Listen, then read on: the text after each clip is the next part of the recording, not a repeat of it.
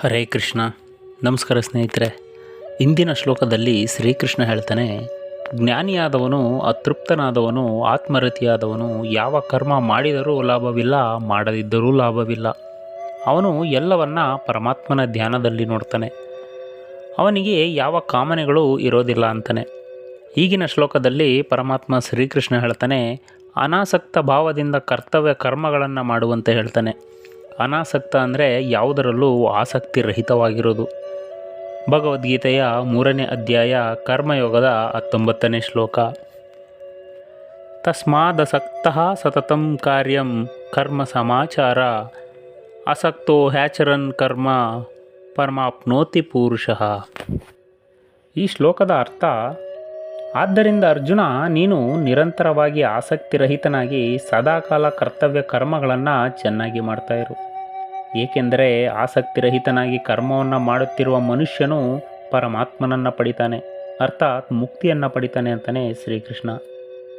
ಈ ಶ್ಲೋಕದ ಭಾವಾರ್ಥ, ಇಲ್ಲಿ ಶ್ರೀಕೃಷ್ಣ ಅರ್ಜುನನಿಗೆ ಸಮಸ್ತ ಕರ್ಮಗಳಲ್ಲಿ ಮತ್ತು ಅವುಗಳ ಫಲರೂಪಿ ಸಮಸ್ತ ಭೋಗಗಳಲ್ಲಿ ಆಸಕ್ತಿಯನ್ನು ತ್ಯಾಗ ಮಾಡಿ ಕರ್ಮ ಮಾಡೋದಕ್ಕೆ ಹೇಳ್ತಾನೆ.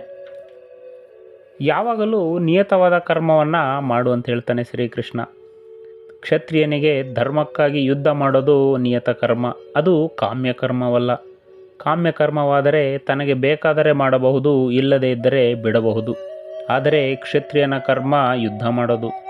ಯಾವಾಗಲೂ ಆ ಕೆಲಸವನ್ನು ಮಾಡಲು ಅರ್ಜುನ ಸಿದ್ಧನಾಗಿರಬೇಕು. ಯಾಕೆಂದರೆ ಅರ್ಜುನ ಕ್ಷತ್ರಿಯ.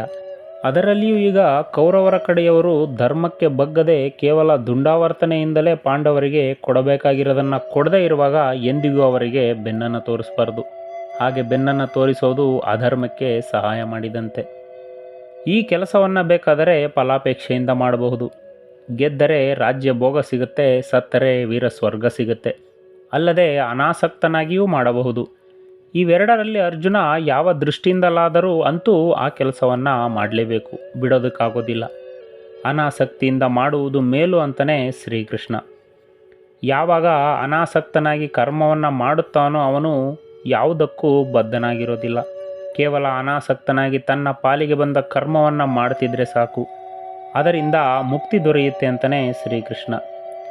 ಇದೊಂದು ಗೀತೆಯಲ್ಲಿ ಬರುವ ಅದೃಶ್ಯವಾದ ಸಂದೇಶ. ಇದಕ್ಕೆ ಮುಂಚೆ ಎಲ್ಲಿಯೂ ಕೇವಲ ಕರ್ಮದಿಂದಲೇ ಒಬ್ಬ ಮುಕ್ತನಾಗ್ತಾನೆ ಅಂತ ಎಲ್ಲೂ ಸಾರಿಲ್ಲ. ಕರ್ಮಕ್ಕೆ ಒಂದು ದೊಡ್ಡ ಸ್ಥಾನವನ್ನು ಕೊಟ್ಟಿದ್ದಾರೆ.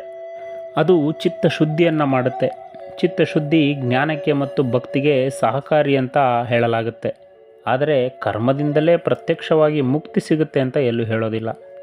ಆದರೆ ಶ್ರೀಕೃಷ್ಣ ಇಲ್ಲಿ ಕೇವಲ ಕರ್ಮವನ್ನು ಹೇಳೋದಿಲ್ಲ. ಆ ಕರ್ಮ ಫಲಾಪೇಕ್ಷೆ ಇಲ್ಲದೆ ಮಾಡೋದಾಗಿರಬೇಕು. ಅದು ನಿಯತ ಕರ್ಮವಾಗಿರಬೇಕು. ಅದು ಹೇಗಿದ್ದರೆ ನೇರವಾಗಿ ಜ್ಞಾನ ಪ್ರಾಪ್ತಿಯಾಗುತ್ತೆ. ಇದರಿಂದಲೇ ಅವನು ಮುಕ್ತನಾಗ್ತಾನೆ ಅಂತ ಹೇಳ್ತಾನೆ ಶ್ರೀಕೃಷ್ಣ. ಅದಕ್ಕೆ ಶ್ರೀಕೃಷ್ಣ ಹೇಳ್ತಾನೆ ಇಲ್ಲಿ ಅರ್ಜುನನಿಗೆ, ನಾವು ನಮ್ಮ ಕರ್ತವ್ಯವನ್ನು ಮಾಡಬೇಕು. ಎಲ್ಲವನ್ನ ಮಾಡು, ಆದರೆ ಯಾವುದನ್ನು ಅಂಟಿಸಿಕೊಳ್ಳದೆ ಮಾಡು. ಏನು ಮಾಡಬೇಕು ಅದನ್ನು ಫಲದ ಬಗ್ಗೆ ಯೋಚಿಸದೆ ಮಾಡು. ಹೀಗೆ ಕರ್ಮ ಮಾಡಿದರೆ ಅದು ನಿನ್ನನ್ನು ಭಗವಂತನೆಡೆಗೆ ಕೊಂಡೊಯ್ಯುತ್ತೆ. ಅದು ಎಂದು ನಿನ್ನನ್ನು ಮತ್ತೆ ಕರ್ಮ ಬಂಧನಕ್ಕೆ ತಳ್ಳೋದಿಲ್ಲ. ಈ ರೀತಿ ಮಾಡೋದರಿಂದ ಭಗವಂತನನ್ನು ಸೇರುವುದು ಸಾಧ್ಯವೇ ಹೊರತು ಕರ್ಮ ತ್ಯಾಗದಿಂದಲ್ಲ ಅಂತಲೇ ಪರಮಾತ್ಮ ಶ್ರೀಕೃಷ್ಣ. ಈ ರೀತಿ ಕರ್ಮ ಸಿದ್ಧಾಂತವನ್ನು ವಿವರಿಸಿದ ಪರಮಾತ್ಮ ಅದಕ್ಕೆ ಪೂರಕವಾದ ನಿದರ್ಶನವನ್ನು ಮುಂದಿನ ಶ್ಲೋಕದಲ್ಲಿ ಕೊಡ್ತಾನೆ.